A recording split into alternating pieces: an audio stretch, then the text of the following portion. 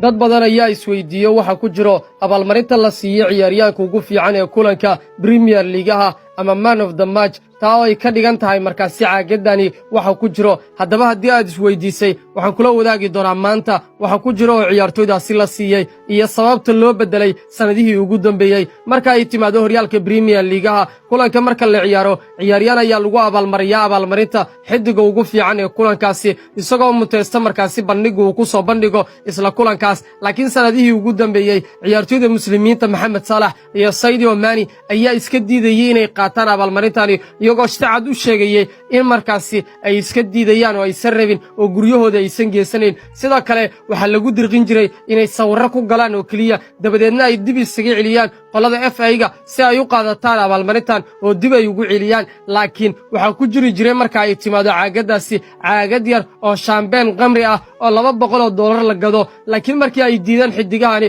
kulamo badan ay ku guuleysanayeen Liverpool ayaa ciyaartay Mohamed Salah ayaa noqday xidigii ugu fiicnaa kulanka ama Sadio Mane ayaa noqday xidigii ugu fiicnaa kulanka markii ay soo noqdeen marar badan waxay keeneen markaasi xiriirka kubadda cagta ee England markaasi inay bedelaan waxayna ku bedelaan markaasi ubax cabitaana oo si gaar ah loo nashqadeeyay oo aan qamri ku jirin si ay u qaataan Mohamed Salah iyo Sadio Mane Mohamed Salah waxa uu cadeeyay inuu soo dhamaaday waayihiisa Anfield bal haddii aan ku weydiiyo ka tagitaanka kooxda Liverpool ee Mohamed Salah saameyn miyay ku yeelan doontaa